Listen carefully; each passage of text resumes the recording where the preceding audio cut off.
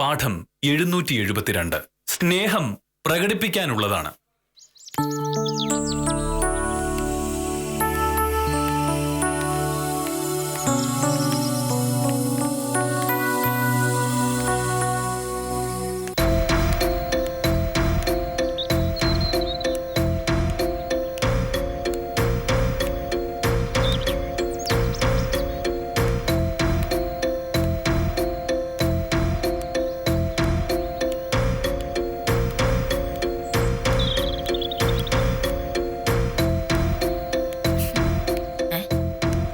ഇതെന്താ ഇങ്ങനെ തെക്കോടെ കിടക്കുന്നേ?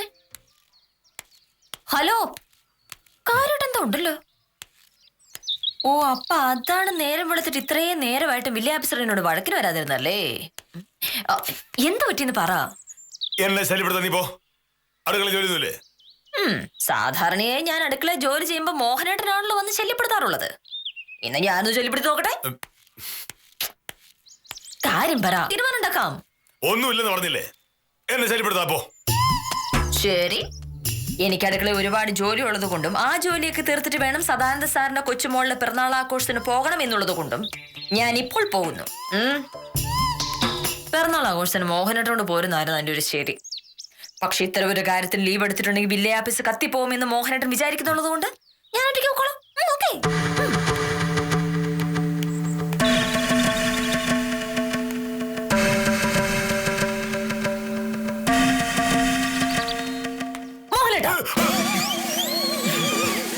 സദാനന്ദ സാറിന്റെ കൊച്ചുമോടെ പിറന്നാളിന് എനിക്ക് പുതിയ ചുരിദാർ ഇട്ടുകൊണ്ട് പോകണമെന്ന് വലിയ ആഗ്രഹമായിരുന്നു. മോനട്ടം കാശ് തരാത്തോണ്ട് ആ കാര്യം നടന്നില്ല. അതിന്റെ വൈരാഗ്യം ഈ ജന്മം മുഴുവൻ എനിക്ക് ഉണ്ടാവും കേട്ടോ, അതോർത്തോ. നിനക്കിതല്ല വേറൊന്നും പറയാനല്ലേ? മനുഷ്യരുടെ ഭ്രാന്ത് പിടിച്ചിരിക്കുമ്പോഴാ അവളുടെ ഒരു കൊഞ്ചല്. ഇങ്ങനെയാണോ കൊഞ്ചുന്നത്? ഞാൻ ശരിക്കും മോഹനേട്ടനെ പേടിപ്പിച്ചതാ. അത് കൊഞ്ചലായിട്ടാണ് മോഹനേട്ടൻ തോന്നിയത്. ഈശ്വര, കണ്ണുരുട്ടി മനുഷ്യനെ കൊല്ലൂലോ.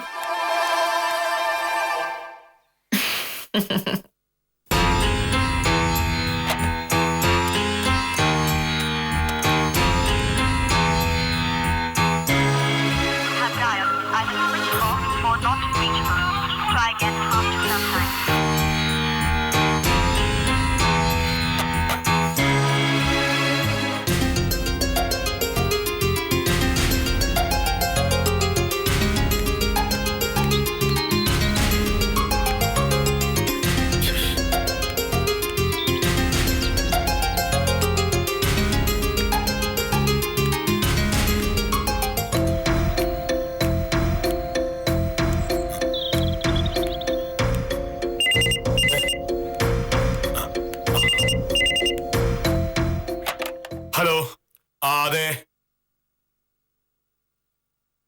ആരാ? കൊടുക്ക. ഭാമ അടുക്കളയിലാണ്, ഇപ്പോൾ വരും.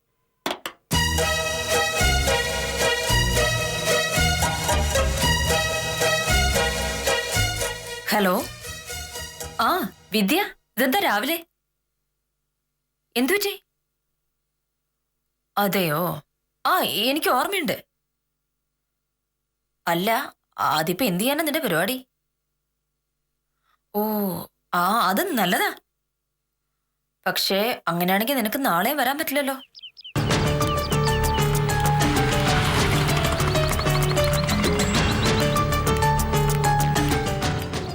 ശശി, മുന്നാധാരത്തിന്റെ പകർപ്പാണ് സാർ. സാറ് ചോദിച്ചിരുന്നല്ലോ. ഇത് ഇവിടെ തന്നൊരു കാര്യമില്ല. ഒരു 10-30 വില്ലേജ് ഓഫീസിലേക്ക് കൊണ്ടുവന്നാൽ മതി. ഓ, ശരി സാറേ. ശശി ഇന്ന് നമ്മുടെ ഉത്തമനെ കണ്ടായിരുന്നോ? ഇല്ല സാറേ. ഉത്തമന്റെ ഫോൺ വിളിച്ചിട്ട് അത് ഓഫാണെന്ന് പറയുന്നു. എന്നെ ഇങ്ങോട്ട് വിളിക്കാന്ന് പറഞ്ഞതാ. ഞാൻ പോകുന്ന വഴിക്കെങ്ങാനും കണ്ടാ സാർ അന്വേഷിച്ചായിട്ട് ഞാൻ ഉത്തമനോട് പറയാം. അന്വേഷിച്ചെന്ന് പറഞ്ഞാൽ മാത്രം പോരാ, എത്രയും പെട്ടെന്ന് ഇങ്ങോട്ട് വരാനും പറയണം. ഓ, പറയാം സാറേ. ശരി. ഇന്നലെ ഇതെന്താ സംഭവിച്ചേ?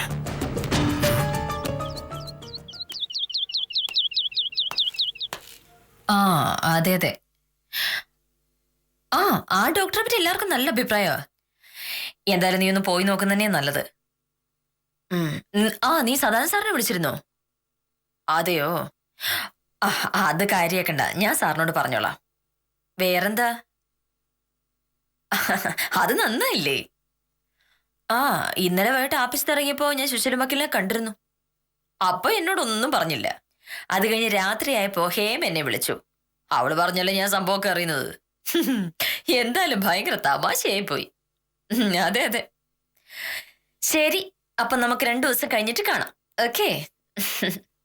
ആ വിദ്യ, നാട്ടിൽ ചെന്നിട്ട് നീ എന്നെ ഒന്ന് വിളിച്ചേക്കണേ. വേറൊന്നുമല്ല, കാര്യങ്ങളൊക്കെ ഒന്ന് അറിയാലോ. എന്റെ മൊബൈൽ വിളിച്ചാൽ മതി. അമ്മയെ ഞാൻ പ്രത്യേകമായിട്ട് അന്വേഷിച്ചായിട്ട് പറയണം. ശരി. എന്ത്? എത്ര സമയമായി നീ സംസാരിച്ചോണ്ടിരിക്കുന്നു? ഇതൊരു ഫോണല്ലേ? അതുകൊണ്ടത് ഫോണിലൂടെ സംസാരിക്കുമ്പോൾ അത്യാവശ്യമുള്ള കാര്യങ്ങൾ മാത്രമേ സംസാരിക്കാവൂ. ബാക്കി കാര്യങ്ങൾ നേരിട്ട് കാണുമ്പോൾ സംസാരിക്കാമല്ലോ. നേരിട്ട് കാണില്ലല്ലോ, അതല്ലേ പ്രശ്നം. വിദ്യാലക്ഷ്മിയാണ് വിളിച്ചത്. അവളുടെ അമ്മയ്ക്ക് സുഖമില്ലാത്തതുകൊണ്ട് അവള് നാട്ടിൽ പോവാണെന്ന്. അമ്മയെ നാളെ അവിടെയുള്ളൊരു ഡോക്ടറെ കാണിച്ചിട്ട് അവള് മറ്റന്നാളെ തിരിച്ചെത്തുള്ളൂ. അത് പറയാൻ അവൾ എന്നെ വിളിച്ചത്. അതിനാണോ ഇത്രയും സമയം നീ സംസാരിച്ചോണ്ടുന്നത്? ഫോൺ എടുത്താലുടനെ വിദ്യക്ക് പറയാം, അമ്മയ്ക്ക് സുഖമില്ലേ ഭാമേ, ഞാൻ നാട്ടിൽ പോവുക, 2 ദിവസം കഴിഞ്ഞേ തിരിച്ചു വരാൻ പറ്റൂ. ഇത്രയും പറഞ്ഞ കാര്യമല്ലേ ഉള്ളൂ. അങ്ങനെ ആളെന്ന കുറിച്ച് പോലെയൊക്കെ സംസാരിക്കാൻ പറ്റുമോ മോനടാ? അങ്ങനെ സംസാരിക്കാൻ പഠിക്കണം. ഓ, കാരണം പണച്ചിലവുള്ള ഒരു മാർഗം ഉപയോഗിച്ചാണ് നീ സംസാരിച്ചത്. ഒരു ആവശ്യമില്ലാത്ത കാര്യങ്ങൾ പറഞ്ഞ് പണം കളയുന്നത് എന്തിനാണ്? അപ്പൊ അതായിരുന്നു സാറിന്റെ പ്രശ്നം, പിശുക്ക്. എന്റെ മോഹനേട്ടാ, വിദ്യ ഇങ്ങോട്ടല്ലേ വിളിച്ചത്. ഇങ്ങോട്ട് വരുന്ന ഫോൺ കോളിന് കാശ് കൊടുക്കണോ? വേണ്ടല്ലോ. കാശ് മാത്രമല്ലല്ലോ പ്രശ്നം, പിന്നെന്താണ്? വേറെ എത്രയോ കോളുകൾ ഈ സമയത്ത് കിട്ടാതെ പോയിരിക്കുന്നു. ഞാൻ വളരെയധികം തിരക്കുകളും ഉത്തരവാദിത്വമുള്ള ഒരു വില്ലേജ് ഓഫീസറാണ്. അങ്ങനെയുള്ള എന്നെ പലരും പല പ്രധാനപ്പെട്ട കാര്യങ്ങൾക്കും വിളിച്ചെന്നിരിക്കും. നീ ഇങ്ങനെ മുഴുവൻ നേരം ഫോൺ എടുത്ത് വിളിച്ചോണ്ടിരുന്ന എനിക്ക് വരുന്ന ഫോൺ ചെയ്യും. ഓ, മോഹനേട്ടൻ എങ്ങനെ അത്യാവശ്യപ്പെട്ട് വിളിക്കാനായിട്ട് ആരാണ് ഇവിടെ ഉള്ളത്? വില്ലേജ് ഓഫീസറെ വിളിക്കേണ്ടവരെ വില്ലേജ് ഓഫീസിലേക്ക് വിളിച്ചോളൂ. ഈ ഫോണിൽ വരുന്ന 10ൽ 9 കോളും എനിക്കുള്ളതാ.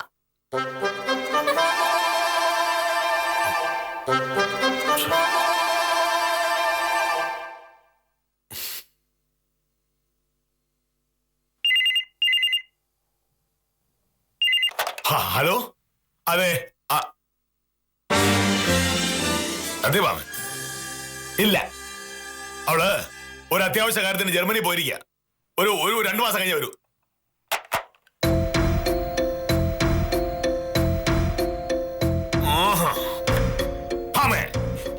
ഒരു വീട്ടിൽ ഒരു ഫോൺ ഉണ്ടെങ്കിൽ അത് വീട്ടിൽ താമസിക്കുന്ന എല്ലാവർക്കും ഉപയോഗിക്കാൻ വേണ്ടിയിട്ടാണ്. നീ രാവിലെ അതും എടുത്ത് കയ്യിൽ വെച്ചോണ്ടെന്നാ ഞാൻ എന്ത് ചെയ്യും? നേരം വെളുത്തിട്ട് ഇത്രയും നേരമായി, ഇതുവരെ മോഹനേട്ടന് ഒരു കോളെങ്കിലും വന്നായിരുന്നോ? ആകെ വന്നത് 3 ഫോൺ കോള്. ആദ്യം സത്യപാലൻ എന്നെ വിളിച്ചത്, രണ്ടാമത്തേത് ഗുമസ്തൻ മത്തായി ചേട്ടൻ എന്നെ വിളിച്ചത്, മൂന്നാമത്തതോ വിദ്യാലക്ഷ്മി എന്നെ വിളിച്ചത്. ഈ ഉത്തരവാദിത്തപ്പെട്ട വില്ലേജ് ഓഫീസറെ ആരും വിളിക്കുന്നതായിട്ട് ഞാൻ കണ്ടില്ലല്ലോ.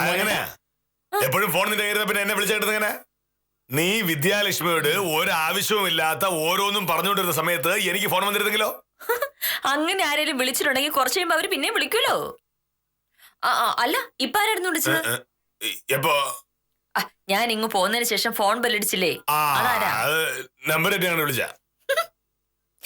ചുരുക്കി പറഞ്ഞ അതും മോഹനേട്ടനുള്ള ഫോണായിരുന്നില്ല. പിന്നെ ഏത് ഫോണിന്റെ കാര്യമാ സാറ് ഈ പറഞ്ഞോണ്ടിരിക്കുന്നേ? നീ എന്തൊക്കെ പറഞ്ഞാലും ഫോൺ എടുത്ത് ആവശ്യമില്ലാതെ അധിക നേരം സംസാരിച്ചുകൊണ്ടിരിക്കുന്നത് ശരിയല്ല. ചോദിക്കുന്നതിന് മാത്രം ഉത്തരം പറയുക, അതിനപ്പുറത്തേക്ക് ഒരക്ഷരവും പറയേണ്ട കാര്യമില്ല. അങ്ങനെ മനുഷ്യന്മാർക്ക് സംസാരിക്കാൻ പറ്റുമോ മോഹനേട്ടാ? അങ്ങനെ പറ്റണം. പ്രത്യേകിച്ച് ഫോണിൽ സംസാരിക്കുമ്പോൾ അങ്ങനെ തന്നെ ആവണം. അത് പള്ളി പോയങ്ങ് പറഞ്ഞാ മതി. ഞാനൊരു മനുഷ്യജീവിയാ. ദൈവത്തിനറിയാം. എനിക്ക് വേണ്ടപ്പെട്ട ഒരു ഫോൺ വിളിക്കുമ്പോഴും നേരിട്ട് കാണുമ്പോഴും ഞാൻ ചിലപ്പോ കാര്യമായിട്ട് സംസാരിച്ച് നിൽക്കും. അതിനെ കുറ്റം കണ്ടുപിടിക്കാൻ വന്നിട്ട് യാതൊരു കാര്യമില്ല.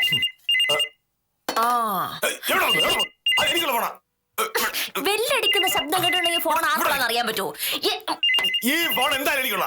എനിക്ക് ഇനിയും കോള് വരാനുണ്ട്.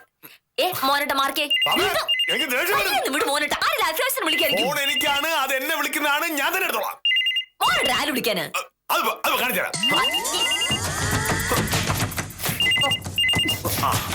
ഹലോ, മോഹനേഷ സാറിന്റെ വീടല്ലേ? അതെ സാറേ, ഞാൻ ശിവരാമനാ, തേക്കിൻകാട്ടിലെ ശിവരാമൻ. തേക്കിൻകാട്ടിലെ ശിവരാമൻ. പറയൂ ശിവരാമ, സാറിനെ വിളിച്ച കാര്യം പറഞ്ഞോളൂ. സാറേ, സാറിനറിയാലോ എന്താ? ഞാനും ദേവസ്വകുട്ടിയും തമ്മിലുള്ള അതിരുതർക്കം. അവൻ എന്റെ സ്ഥലത്തേക്ക് കയറ്റി വെച്ച് മതിൽ കെട്ടാനുള്ള പരിപാടിയായിപ്പോ. കഴിഞ്ഞ ദിവസം സാറ് വന്ന് അളന്ന് തിരിച്ചിട്ട് പോയ സ്ഥലമല്ലേ, അതവൻ സമ്മതിക്കുകയും ചെയ്തു. അതെ. ഇപ്പൊ അവൻ പറയുക സാർ അളന്നതല്ല ശരി, അവൻ പറയുന്നതാ ശരിയെന്ന്. അങ്ങനെ പറയാൻ പറ്റില്ലല്ലോ. ഞാനന്ന് നിങ്ങളുടെ രണ്ടുപേരുടെയും ആധാരവും വില്ലേജ് രേഖകളും ഒക്കെ പരിശോധിച്ചിട്ടാണല്ലോ സ്ഥലം വളർന്നത്. ഇനി വരുന്ന തർക്കം. ആ അതല്ല സാറേ, ദേവസ്വകുട്ടിയുടെ സ്വഭാവം സാറിന് അറിയാമല്ലോ. ഇപ്പൊ പറയുന്നത് കുറച്ച് കഴിഞ്ഞ് പറയില്ല. അവനെ കുടിച്ച വെള്ളത്തിൽ വിശ്വസിക്കാൻ പറ്റില്ല സാറേ. ആ ഒരു കാര്യം ചെയ്യ്, ഇന്ന് വൈകിട്ട് ആഫീസിൽ ഇറങ്ങിയിട്ട് ഞാൻ ഒരു വരാം. ഒരു പ്രാവശ്യം കൂടി സ്ഥലം നോക്കാമല്ലോ. ആ അതിലൊന്നും ഒരു കാര്യമില്ല സാറേ. ദേവസ്വകുട്ടിയെ മര്യാദ പഠിപ്പിക്കാൻ ഒരൊറ്റ വഴിയേ ഉള്ളൂ. എന്താ? കേസ് കൊടുക്കുക. കേസിന്റെ കാര്യം വക്കീലോട് സംസാരിക്കാനാണ് ഞാനിപ്പോ വിളിച്ചേ. വക്കീലില്ലേ സാറേ?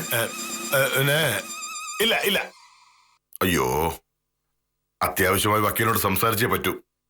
എത്ര മണിക്കാ സാധാരണ വക്കീൽ ഓഫീസിൽ വരുന്നേ? എന്റെ ശിവരാമ, ഞാനൊരു കാര്യം പറയാം. അയൽവാസിയുമായി വഴക്കുണ്ടായാൽ സംസാരിച്ചു തീർക്കുന്നതാണ് നല്ലത്. വെറുതെ വക്കീലന്മാർക്ക് കാശ് കൊടുത്ത് നശിക്കുന്നത് എന്തിനാണ്? ദേവസ്വകുട്ടിയോട് ഞാൻ സംസാരിക്കാം. ശിവരാമന്റെ പ്രശ്നത്തിന് ഇന്ന് തന്നെ പരിഹാരം ഉണ്ടാക്കാം. ആ അതൊന്നും നടക്കില്ല സാറേ. ഇനിയിപ്പോ കേസിനെ ഞാനുള്ളൂ. ഞാൻ വക്കീൽ ഓഫീസിൽ പോയി വക്കീലിനെ കണ്ടോളാം. ഞാൻ പറയട്ടെ, ഈ ദേവസ്വകുട്ടിയുമായിട്ട് കേസ് നടത്തി അത് ജയിക്കാൻ ശിവരാമൻ എന്തെങ്കിലും ഉദ്ദേശം ഉണ്ടെങ്കിൽ അത് വെറുതെ ആവും. ഭാമയ്ക്ക് അങ്ങനെ കേസ് വാദിക്കാനെന്ന് അറിഞ്ഞൂടാ. എന്റെ ഭാര്യ കൊണ്ട് പറയുന്നതല്ല. അവൾ ഇന്ന് വരെ ഒറ്റ കേസ് ജയിച്ചിട്ടില്ല. അവളുടെ സീനിയർ വക്കീൽ സദാനന്ദ വക്കീല് വാദിച്ച് ജയിക്കുന്ന ഏതോ പൊട്ട കേസിന്റെ പേരാണ് അവൾക്കൂടെ കിട്ടുന്നത്. അതുകൊണ്ട് കേസ് ജയിക്കണമെന്നാണെങ്കിൽ വേറെ ഏതെങ്കിലും നല്ല വക്കീലിനെ കേസ് ഏൽപ്പിക്കുക. ഭാമയെ കേസ് ഏൽപ്പിച്ചാൽ തോക്കും. കേസ് തോറ്റ് കിടപ്പാടം പോയിട്ട് ഒടുവിൽ എന്റെ അടുത്ത് പരാതി കൊണ്ട് വരരുത് പറഞ്ഞേക്കാം. ശിവരാമനോടുള്ള അടുപ്പം കൊണ്ടാണ് ഞാനിത് പറയുന്നത്.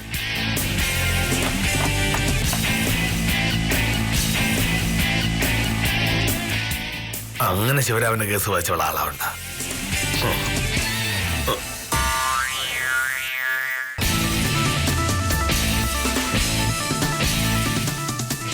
ഇപ്പോ നിനക്ക് മനസ്സിലായോ ഫോണിൽ സംസാരിക്കേണ്ടത് എങ്ങനെയാണ് എന്ന്? അതിർത്തി തർക്കത്തിൽപ്പെട്ടിരിക്കുന്ന രണ്ടുപേർ, ശിവരാമനും ദേവസ്വകുട്ടിയും. ആ പ്രശ്നത്തിൽ ഞാൻ ഇടപെട്ട് ഒരിക്കൽ പരിഹാരം ഉണ്ടാക്കിയതാണ്. ഞാൻ ഇടപെട്ടത് കൊണ്ട് മാത്രം അതങ്ങനെ അങ്ങ് തീർന്നു. ഓ, തീർന്നെങ്കിൽ പിന്നെന്താണ് ഇപ്പോഴത്തെ പ്രശ്നം? അതല്ല, ദേവസ്വകുട്ടി ഇപ്പോ വെറുതെ പ്രശ്നം ഉണ്ടാക്കുക. അത് പറയാനാണ് ശിവരാമൻ വിളിച്ചത്. ശിവരാമന്റെ ഫോൺ വന്നപ്പോൾ എനിക്കും വേണമെങ്കിൽ ലോകകാര്യങ്ങളൊക്കെ പറഞ്ഞ് ഒരുപാട് സമയം കളയാമായിരുന്നു. പക്ഷേ ഞാൻ എന്താ ചെയ്തത്? കാര്യങ്ങൾ മാത്രം സംസാരിച്ചു. അത് കഴിഞ്ഞ് ഇന്ന് വൈകുന്നേരം കാണാമെന്നും തേക്കൻകാടിലെ ശിവരാമനോട് പറഞ്ഞു. ഇങ്ങനെയാണ് നമ്മൾ ഫോണിൽ കൂടി സംസാരിക്കുന്നത്. എന്റെ സ്ഥാനത്ത് നീ ആയിരുന്നെങ്കിൽ ലോകകാര്യങ്ങളും ഏഷണിയും പരദൂഷണവും ഒക്കെ പറഞ്ഞ് എത്രയോ സമയങ്ങളെയുമായിരുന്നു. ഭാമേ, ഇതാണ് നീയും ഞാനും തമ്മിലുള്ള വ്യത്യാസം. ഒന്ന് മാറുമോ? ആ ഫോൺ എടുത്തോട്ടെ. ഓ, ഇനി ഇതിലും 1 മണിക്കൂർ സംസാരിക്കാനാണോ നിന്റെ പരിപാടി? എനിക്ക് 9:38 ഓഫീസിൽ പോണം. അതിനു മുമ്പ് ഈ ഷർട്ടും മുണ്ടും തേച്ച് തന്നാൽ വലിയ ഉപകാരമായി. ഹലോ വക്കീലെ, ഞാൻ ശിവരാമനാ. തേക്കിൻകാടിലെ ശിവരാമൻ. എന്താ?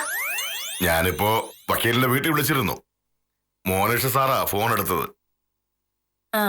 വക്കീലില്ലേന്ന് ചോദിച്ചപ്പോ വക്കീലില്ലാന്ന് പറഞ്ഞു. വക്കീലെ, ഞാനും അയലത്ത് താമസിക്കുന്ന ദേവസ്വകുട്ടിയും തമ്മിൽ ഒരു അതിര് ഇറക്കാൻ കുറച്ചു നാളായിട്ടുണ്ട്. മോഹനേഷ് സാറ് അതിനു വേണ്ടി ഒരു പരിഹാരം ഉണ്ടാക്കി തരാൻ നോക്കിയതാ. പക്ഷേ അത് നടന്നില്ല. ഇനിയിപ്പോ കേസ് കൊടുക്കേ വഴിയുള്ളൂ. ഞാനും വക്കീൽ ഓഫീസിലേക്ക് വരാം. വക്കീല് എപ്പോഴാ അവിടെ ഉണ്ടാവുക? 10 മുതൽ ഞാൻ ഓഫീസിലുണ്ടായിരിക്കും. തേക്കങ്കാട്ടിലെ ശിവരാമൻ ചേട്ടൻ നേരെ അങ്ങോട്ട് വന്നാൽ മതി. ആയിക്കോട്ടെ. പിന്നെ വക്കീലിനെ കേസ് ഏൽപ്പിച്ച തോക്കുമെന്നാ മോനേഷ് സാറ് പറഞ്ഞത്.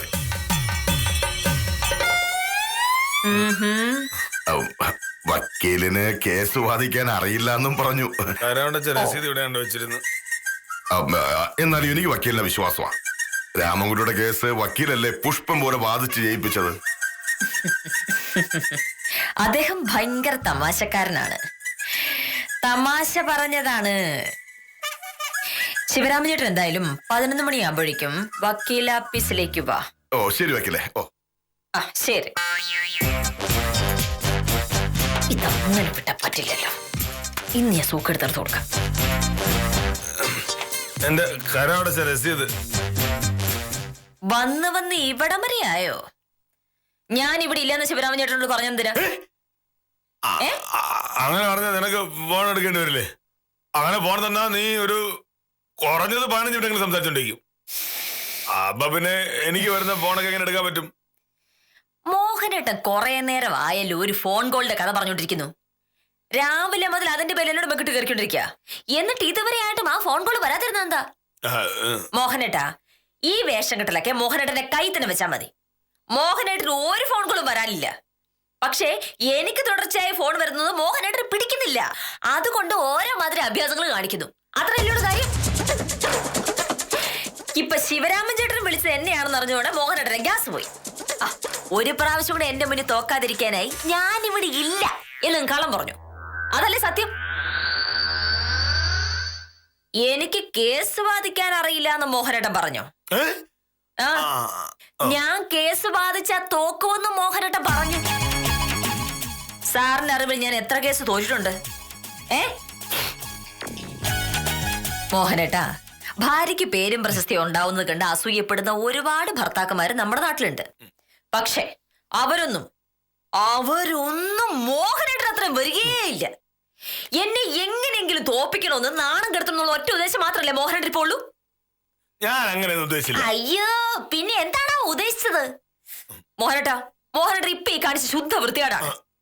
എന്റെ ശത്രുക്കളായ വക്കീലന്മാര് പോലെ എന്നെ പറ്റി ഇങ്ങനെ പറഞ്ഞിട്ടുണ്ടാവില്ല. അപ്പോഴാണ് സ്വന്തം ഭർത്താവ് ഇങ്ങനെ പറയുന്നത്. എന്റെ ജീവിതത്തിൽ ഒരാഗ്രഹവും മോഹനേട്ടൻ സാധിച്ചു തന്നിട്ടില്ല. കാശ് മുടക്കുന്ന കാര്യം വരുമ്പോഴോ പിശുക്കോട് പിശുക്കും. ഞാൻ ജോലി ചെയ്ത് കിട്ടുന്ന ഫീസ് മോഹനേട്ടൻ വാങ്ങി ബാങ്കിൽ കൊണ്ടിടുകയും ചെയ്യും. ഇതെല്ലാം ഞാൻ സഹിച്ചു. പക്ഷെ അതുകൊണ്ടൊന്നും മതിയാവാതെ മോഹനേട്ടന്റെ പുറകെ നടന്ന് ഉപദ്രവിച്ചോണ്ടിരിക്കുക. ഇപ്പോ ശിവരാമൻ ചേട്ടൻ എന്നെ പറ്റി മോഹനേട്ടനെ പറ്റി എന്തായിരിക്കും മോഹനേട്ടൻ കരുതിയിട്ടുണ്ടാവുക? അതെങ്കിലും മോഹനേട്ടൻ ആലോചിച്ചോ? ഇനി ഒരുപാട് വഴക്കൊന്നും ഉണ്ടാക്കണ്ട. ഓ, ഞാന് ഒരു ഫോൺ കോൾ പ്രതീക്ഷിക്കുകയായിരുന്നു. നീ ആണെങ്കിൽ ആ ഫോൺ താഴെ വെക്കുന്നുമില്ല. അവനെ ഞാൻ ചെയ്യാനാ? ഒരു ഫോൺ കോള് പ്രതീക്ഷിച്ചിരിക്കായിരുന്നു എന്ന്. ആരോടാണ് മോഹനേട്ട ഈ കള്ളം പറച്ചില്? ഇതൊന്നും സത്യമല്ല എന്ന് എനിക്കും അറിയാം, മോഹനേട്ടനും അറിയാം. എന്തായാലും ഇത് തന്നെ നടക്കട്ടെ. എന്നെ തോപ്പിക്കാൻ പറ്റുന്ന പോലെ മോഹനേട്ട ശ്രമിക്കേ. എവിടെ വരെ പോകും നമുക്കൊന്ന് അറിയണമല്ലോ. ഉത്തമൊന്നല്ലോ. ചെല് പോയി ഭാര്യയെ പറ്റി എന്തെങ്കിലുമൊക്കെ ചെന്ന് പറ. ചെല്. അല്ലെങ്കിൽ വേണ്ട. വില്ലേജ് ഓഫീസറുടെ ശരിക്കുള്ള സ്വഭാവം ഉത്തമനെന്ന് അറിയണ്ടേ? ഞാൻ തന്നെ പോയി പറയാം.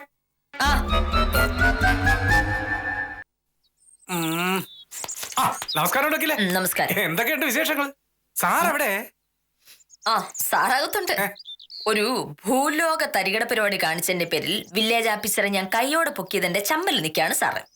അതുകൊണ്ടാണ് ഉത്തമം വിളിച്ചിട്ട് സാറ് വരാതിരിക്കുന്നത്. അതൊന്നും ആയിരിക്കില്ല വക്കീലേ. ഞാൻ വരാൻ വൈകിയതിന്റെ പേരിൽ സാറ് ദേഷ്യപ്പെട്ട് നിൽക്കുകയായിരിക്കും. സാറ് എന്നെ ഇന്നലെ രാത്രി വിളിച്ചൊരു കാര്യം ഏൽപ്പിച്ചിരുന്നു. രാവിലെ തന്നെ അത് അന്വേഷിച്ചിട്ട് സാറിനെ വിളിക്കണമെന്നാണ് പറഞ്ഞിരുന്നത്. എന്ത് ചെയ്യാൻ വക്കീലെ? കാര്യങ്ങൾ അന്വേഷിച്ച് കഴിഞ്ഞപ്പോഴേക്കും എന്റെ ഫോണിന്റെ ചാർജ് അങ്ങ് തീർന്നു. ഞാൻ വിളിക്കാത്തതിന്റെ ദേഷ്യത്തിലായിരിക്കും സാറ്. അപ്പൊ ഉത്തമന്റെ ഫോൺ വിളിയും പ്രതീക്ഷിച്ചിട്ടാണോ സാർ ഇരുന്നത്? എന്നിട്ടാണോ ഏതോ പ്രധാനപ്പെട്ട ഒരു കോള് വരാനുള്ളത് പറഞ്ഞത്? അല്ല, ഇതിപ്പോ ചാർജ്. അയ്യോ, നമസ്കാരമുണ്ട് സാറേ. കേട്ടോ ഉത്തമ, എനിക്ക് ഈ ഫോൺ കോളുകൾ തുടരെ വരുന്നതിൽ വല്ല അത്ഭുതമുണ്ടോ? ഞാൻ ഈ നാട്ടിലെ ഒരു അന്തമിട്ട വക്കീലല്ലേ. തിരക്കുള്ള വക്കീലിനെ കക്ഷികൾ വിളിച്ചെന്നിരിക്കും. അതിൽ അസൂയ മൂത്തപ്പോ വില്ലേജ് ഓഫീസർ എന്താ ചെയ്തെന്നറിയാമോ? സാറല്ല സാറേ, ഞാൻ രാവിലെ ചെന്നപ്പോ കട തുറന്നിട്ടില്ലായിരുന്നു. പിന്നെ അവിടെയൊക്കെ അന്വേഷിച്ച് മുതലാളിയുടെ വീടും കണ്ടുപിടിച്ച് പിന്നെ അയാളെ കൂട്ടിക്കൊണ്ടുവന്ന് കാര്യവും പറഞ്ഞ് കട തുറപ്പിച്ചപ്പോ നേരം വൈകി. പിന്നെ ഈ കാര്യം സാറിനെ വിളിച്ച് പറയാന്ന് നോക്കിയപ്പോ ദാണ്ട ഇതിന്റെ ഫോണിന്റെ ചാർജ് തീർന്നു പോയി. ഞാൻ എന്ത് ചെയ്യാ സാറേ? ഏത് കട തുറപ്പിച്ച കാര്യം ഉത്തമ? വക്കീലേ, സാർ ഇന്നലെ ഒരു സാധനം വാങ്ങിച്ച് ആ കടയിൽ തന്നെ മറന്നു വെച്ചിട്ട് പോന്നു. ഇന്നലെ രാത്രി ആയപ്പോഴാണ് സാറ് സംഭവം ഓർത്തത്. അപ്പോഴത്തേക്ക് എന്നെ വിളിച്ച് കാര്യം പറഞ്ഞു. അത് രാവിലെ അല്ല സാറിന് സാധനം കിട്ടണമെന്ന് പറഞ്ഞോണ്ട് ഞാൻ രാവിലെ എന്തോരം പാടുപെട്ടെന്ന് അറിയാമോ സാറതാ. ഇതെന്താ മോനട്ടാ? ഓ ശരി സാറേ. ഈ ചെയ്ത ഉപകാരത്തിന് വളരെ നന്ദി. ഓ ശരിയല്ലോ സാറേ. വക്കീലെ വരട്ടാ. വക്കീലേ കോൾ അടിച്ചല്ല. കോൾ അടിച്ചു. ഇതെന്താ മോനട്ടാ? ഇത് ഇന്ന് സദാനന്ദ വക്കീലിന്റെ കൊച്ചുമോളുടെ പിറന്നാളിന് പോകുമ്പോ ഇതാ പിടിക്ക, നിനക്ക് ഇട്ടുകൊണ്ട് പോകാനുള്ള ചുരിദാർ.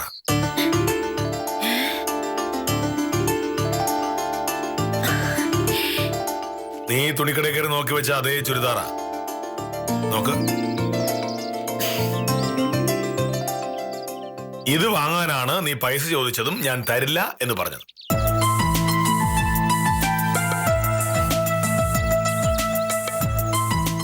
കട ഉടമസ്ഥൻ ഇത്ര രാവിലെ കട തുറക്കുമെന്ന് എനിക്ക് സംശയം ഉണ്ടായിരുന്നു.